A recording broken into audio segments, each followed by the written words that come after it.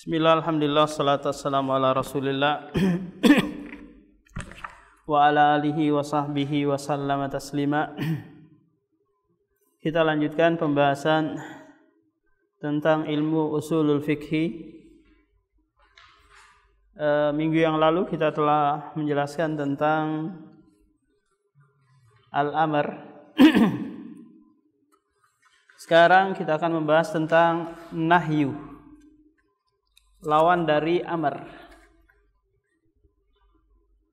Babu al-hadiyata asyarah an-nahi. An-nahyu lugatan diddul amr. Nahi secara bahasa itu adalah lawan dari perintah. Makan, jangan makan. Duduk, jangan duduk. Ini namanya apa? Larangan. Pergi, jangan pergi. Secara istilahan, talabul kaffi an fi'lin ala wajhil isti'la, yaitu menuntut agar menahan perbuatan dari atasan. Jadi kalau sekiranya ada atasan menuntut kepada bawahannya mengatakan berhenti dari perbuatan atau jangan melakukan, maka ini adalah apa? Nahyun. Kalau sekiranya bawahan meminta kepada atasan, ini namanya doa. Sebagaimana Allah berfirman dalam surah Al-Baqarah, ayat-ayat terakhir itu, Rabbana la tu'akhidna in nasina au akhtana. Ini doa harapan. Yaitu apa? Seorang hamba meminta kepada Allah, memohon kepada Allah agar dia tidak diazab. Dengan sebab apa? Dengan sebab kesalahan yang dia lakukan. Nah, kalau sama-sama antara seorang murid, antara seorang bawahan nuntut untuk berhenti terhadap suatu perbuatan, ini namanya iltimas. Iltimas. Jadi apa tadi? Kalau dari atasan ke bawahan ini nahi. Kalau dari bawahan ke atasan ini namanya apa? Doa, harapan. Kalau sesama ini namanya iltimas.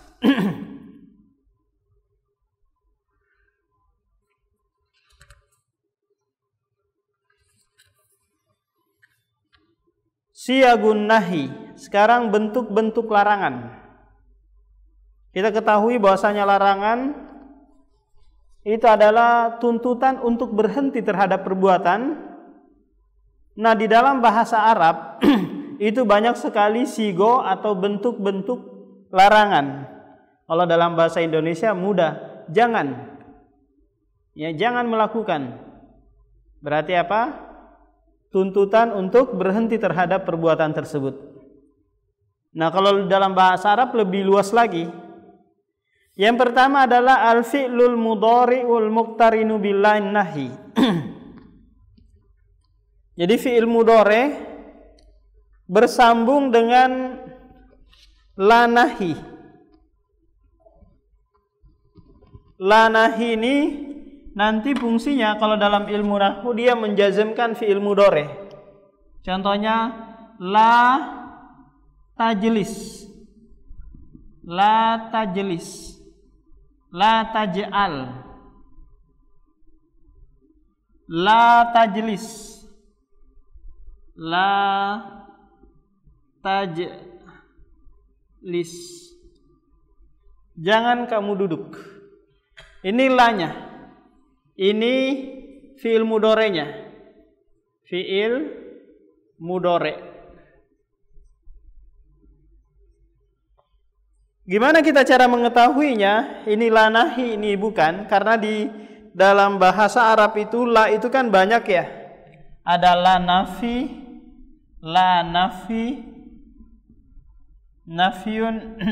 Ada juga la atof, la atof. Ada juga la apa ya? La nafi, la atof ada. La apa lagi?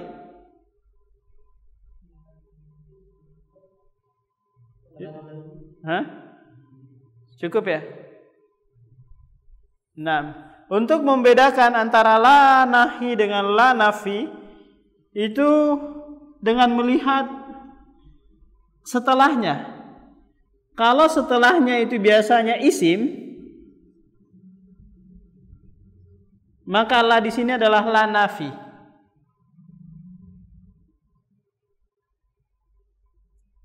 Kalau setelahnya itu fi'il madi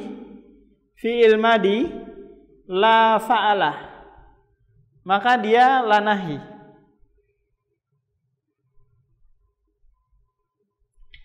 Kalau setelahnya itu fi'il mudhari, tapi dia ghairu mukhatabi,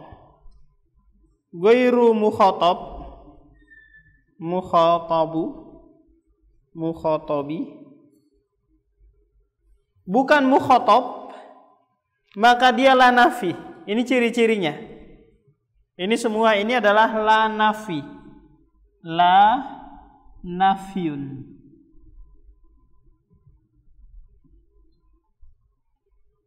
Coba perhatikan ini.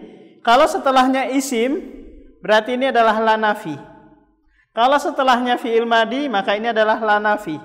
Kalau setelahnya fi'il mudhari, tapi dia bukan mukhatab, mungkin goib dia. Goib itu ini seperti ini. Kalau dia mukhatab, itu pastikan dia adalah fi'il la nahi. Karena la nahi itu mengarah kepada apa yang ada di depan, kepada yang diajak berbicara. Masa kita ngomong kepada orang yang nggak ada di sana, kamu jangan duduk. Ini kan merusak akidah, ya kan?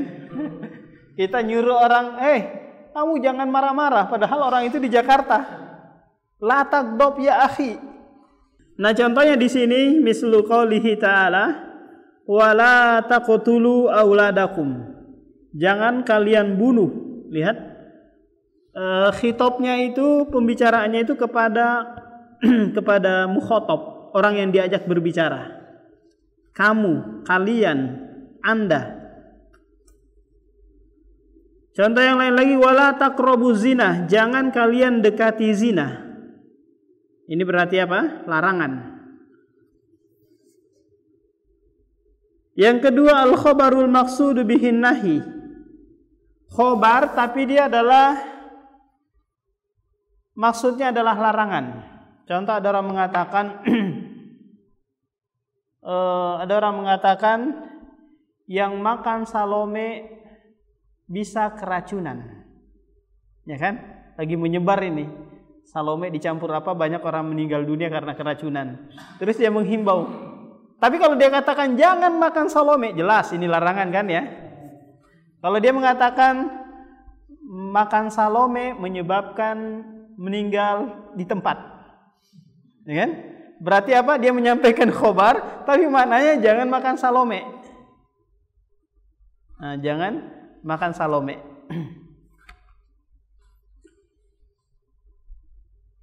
Contoh yang lain lagi, dia mengatakan jangan kamu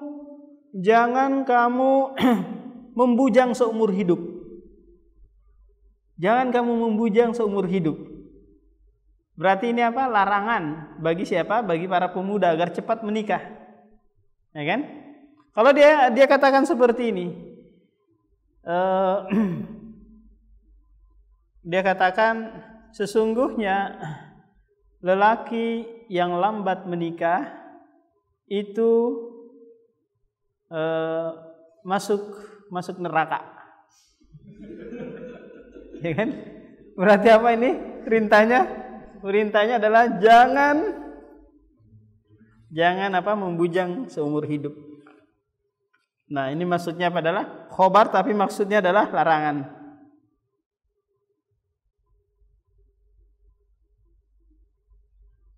Fala rafasa wala fusuqah. Ini adalah nafi, bukan larangan. Bukan nahi, tapi ini adalah nafi. Fala rafasa wala fusuqah. Jadi Nabi mengabarkan bahwasanya jemaah haji itu tidak berkata yang keji dan tidak berbuat kefasikan. Dia tidak melarang, tapi apa? Memberikan himbauan. Nah, yang ketiga al-amru dalla 'alan nahi. Perintah tapi tapi menunjukkan larangan. Ini banyak sekali di dalam Al-Qur'an ini. Sembahlah Allah, sembahlah selain Allah.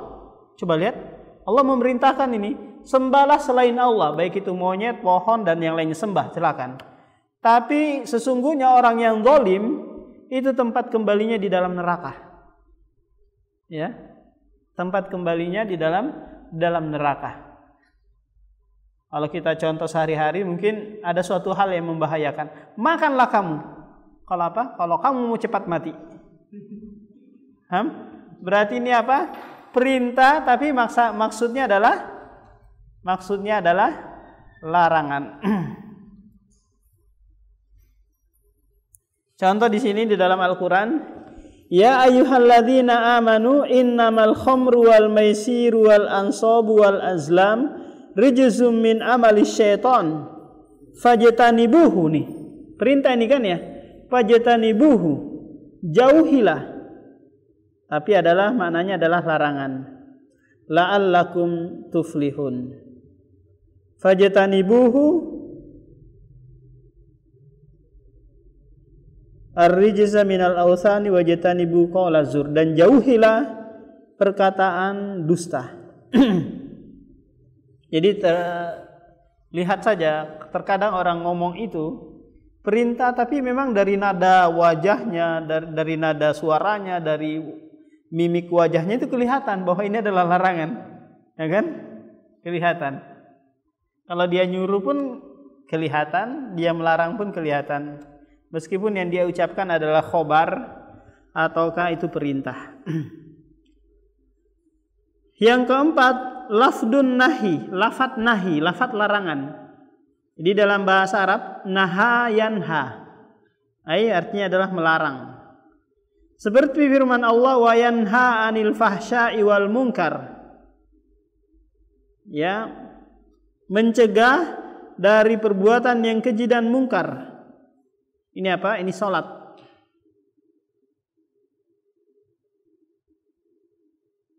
Banyak juga di dalam hadis, naha Rasulullah an bai'i munabasa, mulamasa dan seterusnya. Pokoknya ada kalimat nun, ha, alif.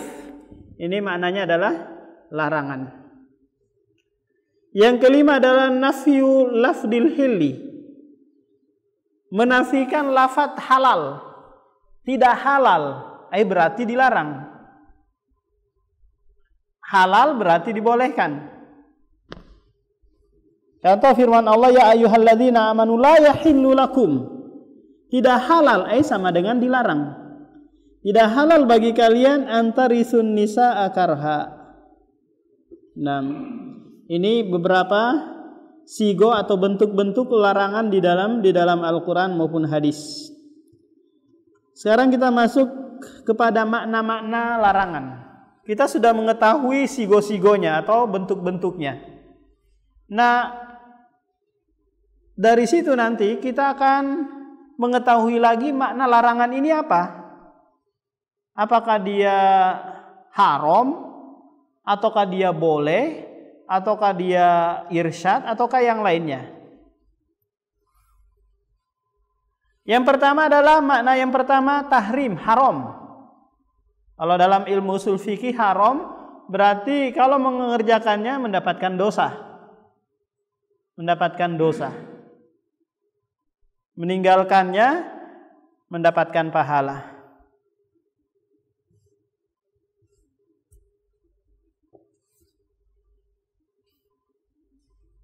Wala taqrabuz zina, contoh firman Allah wala taqrabuz zina, berarti haram.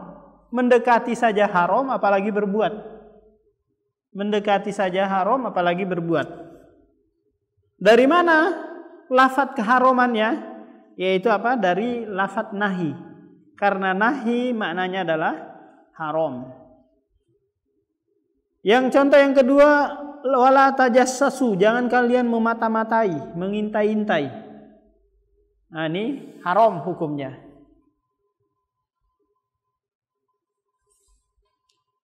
Contoh yang kedua, makna yang kedua al-karoha, makruh. Makruh itu perhatikan Pak, banyak orang salah paham. Makruh ini secara bahasa dia dibenci, tapi secara istilah dia ditinggalkan. Ditinggalkan dapat pahala, dikerjakan nggak dapat dosa. Paham? Ini makruh. Contohnya makan bawang. Makan bawang. Ya, ini makruh. Kalau dimakan mentah-mentah, karena ini menyakitkan orang lain, bau mulut kita. Apalagi kalau mau sholat. Kalau sholat itu bukan makruh lagi, haram. Kenapa? Karena dia mengganggu, menyakitkan orang lain, apalagi malaikat.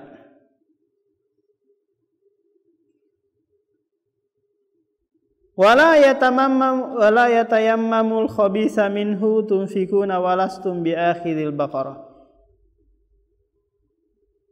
Jadi ini contohnya dalam firman Allah, wala tayammamu, janganlah kalian bertayammum dengan khabis, sesuatu yang khabis, menjijikkan. Kemudian firman sabda Rasulullah, la tusallu fi mabarikil ibil, jangan kalian salat di kandang onta. Ya, di kandang onta. Ini makruh. Kemudian yang ketiga, makna nahi irsyad, arahan. La tas'alu fi asya, jangan kamu bertanya tentang sesuatu. Atau kita mengatakan, jangan kamu lewat sana. Berarti kita diarahkan untuk kepada yang lebih baik. Lewat sinilah. Jangan lewat sana ya akhi. Dia mengarahkan kepada yang lebih baik. Ya akhi, jangan nikah lebih mudah.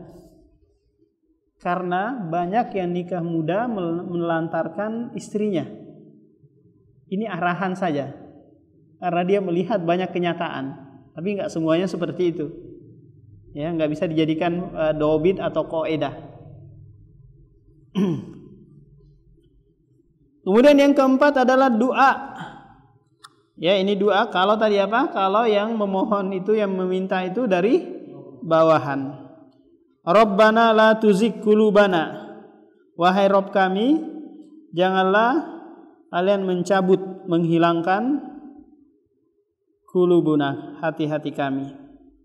Yang kelima, bayanul akibah, menjelaskan akibat. La tahsabanna alladzina kutilu fi sabilillahi amwata. Janganlah kalian menyangka bahwa orang-orang yang dibunuh di jalan Allah itu mati. Ini apa? Dia menjelaskan akibat. Akibat apa? Akibat orang yang syahid di jalan Allah. Yaitu apa? Mereka ruhnya tetap hidup. Disebutkan dalam satu riwayat bergantung-gantung di mana? Di bawah arsy. Ruhnya apa? Ruhnya para mujahid. Yang benar-benar mujahid ya, bukan mujahid palsu. Atau yang ngaku-ngaku sebagai mujahid. Nah, ini 5 makna dari an-nahyu atau larangan. Coba berikan contoh, Pak. Terserah. Yang maknanya tahrim kah, atau karohah kah, atau irsyad, atau doa, atau bayanul akibah. Nah, jangan kau berpacaran, ya. Betul?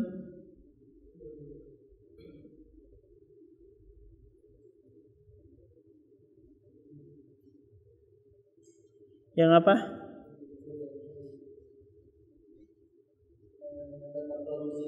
La taqrabuz zina. Ini haram. Nah, lihat.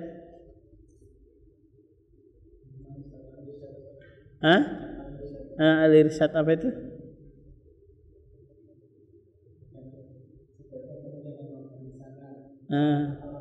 Oh iya. Sebaiknya kamu jangan makan di sana. Berarti diarahkan kepada yang lebih baik kan ya? Belakang. Jangan belajar ilmu agama di negara Iran. Ini haram. Irsyad berarti boleh. Iya kan? Kalau irsyad saja berarti boleh. Paham? Bahaya kalau irsyad saja. Berarti boleh kan ke sana. Kalau tadi ini ada masalah, dia ke sana atau ke sini enggak ada konsekuensi hukum kan? Cuma pengarahan saja. Antum? Ya Allah, janganlah mengazab kami. Itu apa? Iya, doa permohonan.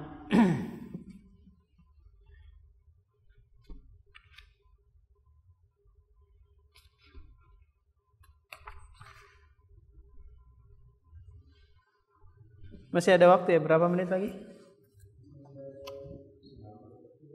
Silam ya. Nah, iya. Kita belajar ini ke bab yang ke-12, mantuk.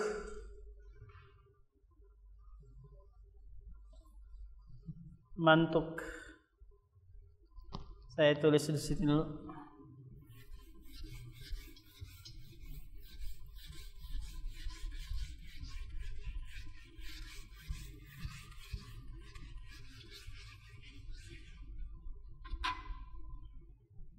Mantuk.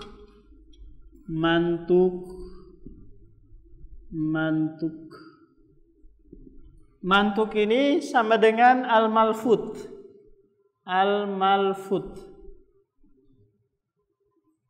Malfut itu apa yang diucapkan.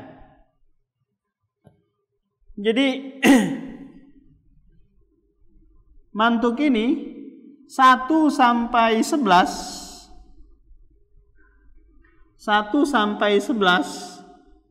ini semuanya mantuk, yaitu nas, yaitu mujmal, yaitu zahir, muawwal, mutlak, muqayyad, am, khos. Coba kita ulangi, ada berapa semuanya? 11 kan ya? Yang pertama apa? Nas. Yang kedua zahir, mujmal, kemudian mujmal, muawwal ya. Ulangi coba, nas, terus zahir, kemudian mujmal, apa? Zahir, muawwal, muawwal, mujmal, mubayyan, mutlak, muqayyad, terus am sama khos, amr dan nahi. Semua ini adalah mantuk. Nah, kalau saya mengatakan, kita ulang dari belakang saja, dari 11. Nah, kalau saya mengatakan la tajlis ya akhi, apa yang saya ucapkan? Yaitu adalah nahi. Paham? La tajlis berarti ini mantuk. Lawannya nanti mafhum mukhalafahnya berarti saya apa? Boleh berdiri. Paham? Contoh lain, saya mengatakan kepada akhi Kasful, tidurlah. Ini mantuk. Paham? Apa yang diucapkan? Amr, perintah. 1 sampai 11 itu semuanya mantuk. Contoh lagi, saya mengatakan kepada bapak ini, khos saya mengatakan segala manusia itu merugi kecuali penjual es krim. Ya kan? Ini khos, ya khos. Khos dari apa? Khos dari kerugian.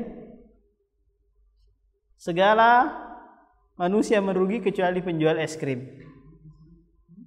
Yang belakang saya ngomong lagi. Kullu insanin khosarun. Setiap manusia merugi. Ini apa? Kalau saya ngomong kepada antum, setiap manusia merugi. Ini apa? Umum. Iya, umum, ya kan? Umum. Dia juga mantuk. Karena apa? Karena yang terucap. Ya, dia yang terucap.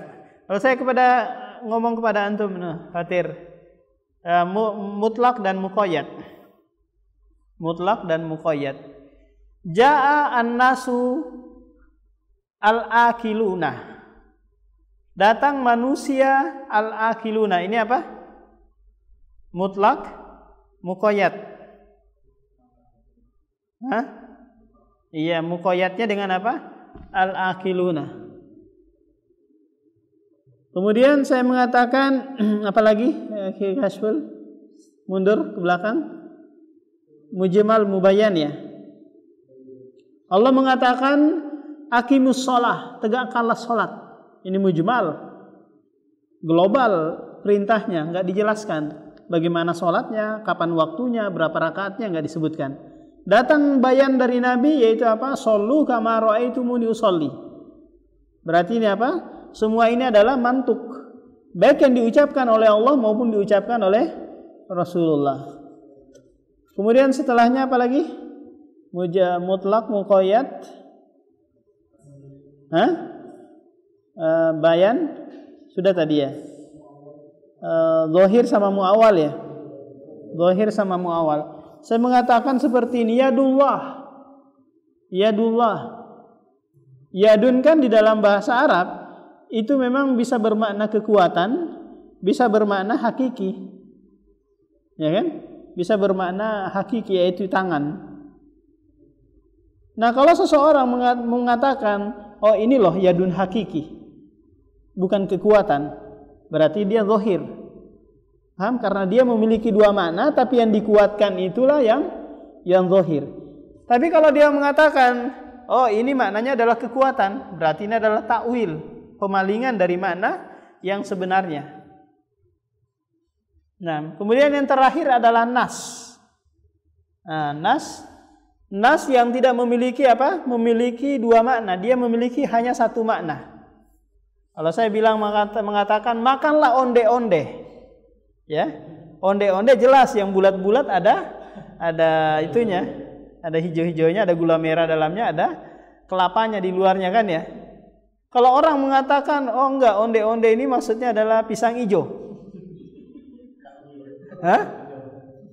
Enggak bisa ditakwil ini Pak. Kenapa? Karena ini onde-onde memiliki satu makna, enggak ada makna yang lain kecuali itu yang dimaksud yang bulat-bulat itu. Nah, jadi 1 sampai 11 itu semuanya apa? Mantuk. Jadi nanti apa yang tidak tersirat dari ucapan ini nanti lawannya adalah mafhum. Mafhum,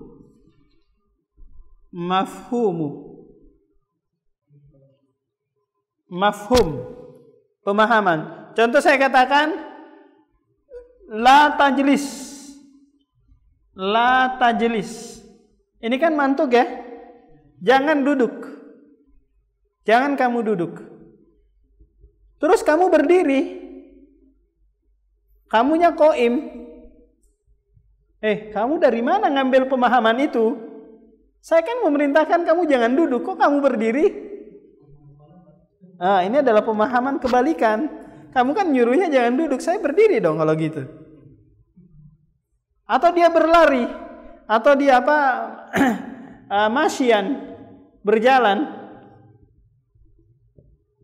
Saya kan nyuruh kamu jangan duduk, kok kamu lari? Kok kamu pergi? Kok kamu berjalan? Iya. Kan mantuk dari ucapanmu jangan duduk. Berarti boleh dong saya masyian. Nah gitu. Kalau saya mengatakan lagi, la tashrab ya akhi, jangan kamu minum. La tashrab, jangan kamu minum. Dia makan, ya kan? Dia makan ini. Maka apa? Maka dia mengambil mafhum. Dari mana? Kok nggak ada diucapkan di sini kamu makan? Iya, saya mengambil dari pemahaman apa yang kamu ucapkan. Paham? Pemahaman apa yang kamu ucapkan. Allah mengatakan dalam Al-Quran, la takul uf. Jangan kamu katakan uf kepada orang tuamu, cis. La takul uf. Kalau nendang boleh nggak? Nampar gitu boleh? Kenapa? Orang lo nggak ada nasnya. Ada nasnya di dalam Al-Quran dan hadis larangan nendang, larangan nampar, nempeleng gitu orang tua? Nggak ada. Berarti boleh? Oh enggak, ini ada mafhum mukhalaf, mafhum muwafaqah. Yang kecil saja dilarang, apalagi yang besarnya. Kenapa? Karena sama-sama menyakitkan. Nah, kayak gitu. Jadi ini terkadang kita bisa lebih menggali pemahaman dari apa yang diucapkan oleh orang dengan apa? Dengan mantuk dan mafhum ini. Mantuk dan mafhum. Maka para fuqaha, para orang-orang faqih di dalam memahami nas Al-Quran dan hadis, kita lihat mereka, masya Allah, menakjubkan dari sisi menggali faedah Al-Quran dan hadis. Kenapa? Karena mereka punya ilmu yang mumpuni di dalam apa? Di dalam menggali. Terkadang kita nggak terpikir sampai ke situ faedahnya, dia terpikirkan. Kenapa? Karena dia punya alat, yaitu ilmu usul fikih. 6. Sudah, ini saya hapusin ya.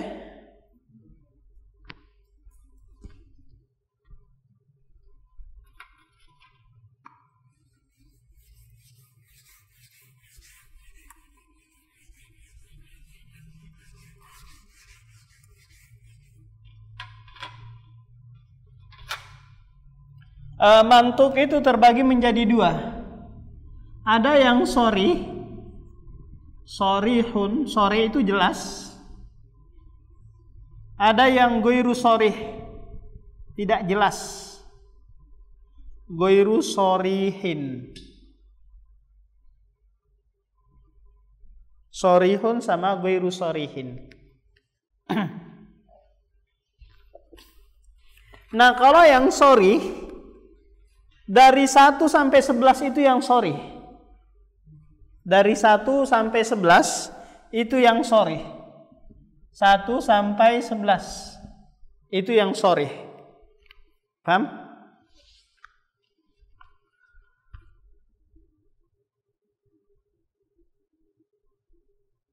Nah, yang tidak sorih itu ada 3. Kita berikan gambaran saja dulu.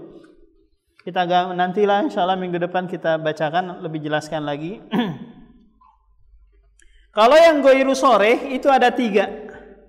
Yang pertama al-iqtida.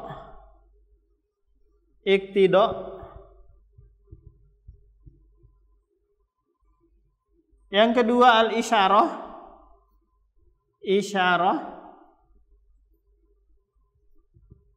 Yang ketiga al-ima. Isyarah, ima. Nah, isyarah. Saya berikan gambaran saja, insya Allah kita jelaskan pada minggu berikutnya. Allah Subhanahu wa taala berfirman di dalam surah Al-Baqarah ayat 184 dan 185. Faman kana minkum maridun aw ala safarin fa iddatun min ayyamin ukhra. Barang siapa di antara kalian sakit atau safar, maka hendaklah mengganti di hari yang lain. Apa yang diganti nih Allah? Apa yang diganti? Kenapa diganti? Pertanyaannya, apa yang diganti dan apa yang diganti? Kapan digantinya? Apa sebab digantinya? Kalau yang diganti sudah jelas, karena ayat ini dari awal, dari sebelum dan sesudahnya membahas tentang puasa. Paham? Jelas. Karena membahas tentang apa? Tentang puasa. Sekarang pertanyaannya, kenapa diganti? Kenapa diganti? Apakah karena sebab dia safar, puasa atau enggak, diganti juga? Paham? Oh, ternyata ada kalimat yang tersembunyi di situ.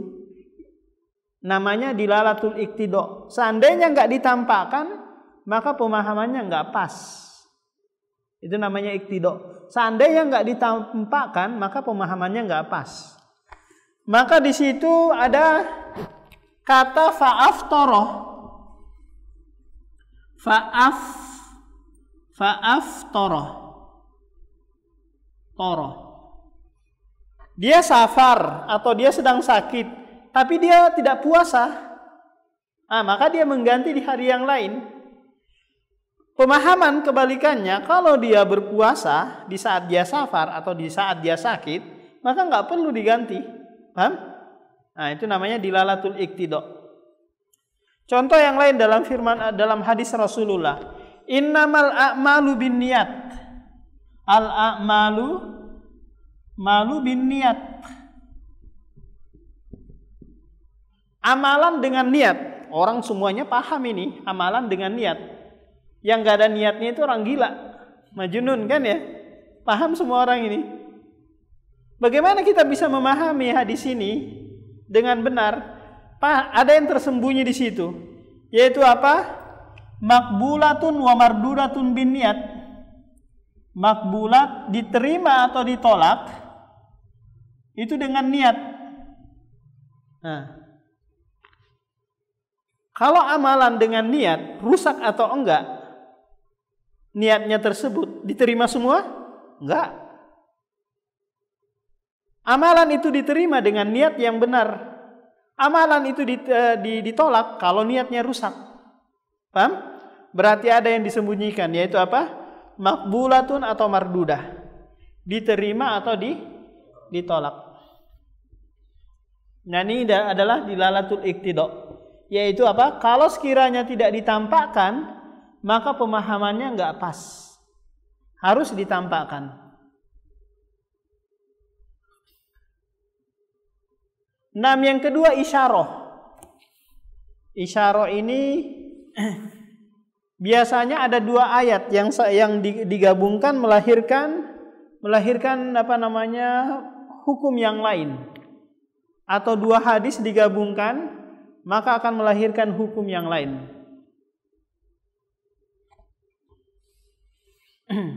Contoh, ada dua ayat di dalam Al-Quran yang menyebutkan bahwa maksimal seorang ibu menyusui anaknya itu berapa tahun? Salasuna 2 tahun kan ya.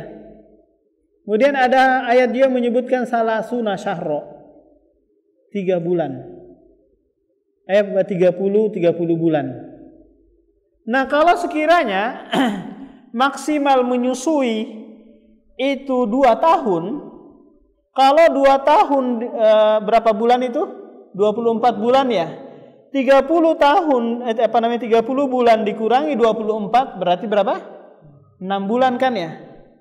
Nah, maksimal bayi minimal bayi boleh keluar dari rahim ibunya itu 6 bulan. Ini minimal. Ya, minimalnya. Di bawah dari itu nggak bisa. Ini minimal 6 bulan. Di atas boleh 6 bulan, 7 bulan, 8 bulan. Maksudnya apa? Ibu ini boleh melahirkan kandungannya minimalnya itu umurnya 6 bulan. Kenapa? Karena Allah mengatakan 30 dikurangi 24. Kalau berarti dia lahir umur 6 bulan, menyusu selama 2 tahun berarti sama dengan 30.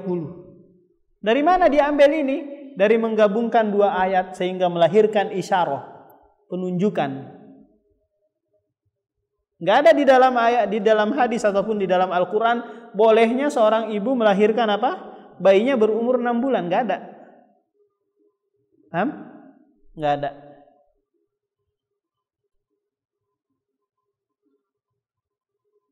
Nah, kalau ima ini bahasa lain dari illah atau alasan atau sebab. Kenapa si pencuri dipotong tangannya? Karena dia mencuri. Paham? Kenapa si pezina dihukum rajam? Karena dia berzina. Kalau tidak ada zina, tidak ada pencurian, maka tidak ada hukum. Paham? Kenapa si peminum khamar meminum khamar akhirnya dicambuk? Karena dia meminum khamar. Kalau enggak yang dia minum bukan khamar, berarti apa? Berarti tidak ada hukum. Ada alasan berarti ada hukum, tidak ada alasan berarti tidak ada hukum. Ima ini adalah alasan. Dalam bahasa Arabnya namanya illah. Alasan atau sebab adanya hukum. Nah, ini insyaallah kita lanjutkan dalam pertemuan berikutnya. Subhanakallahumma wa bihamdika, asyhadu an la ilaha illa anta, astaghfiruka.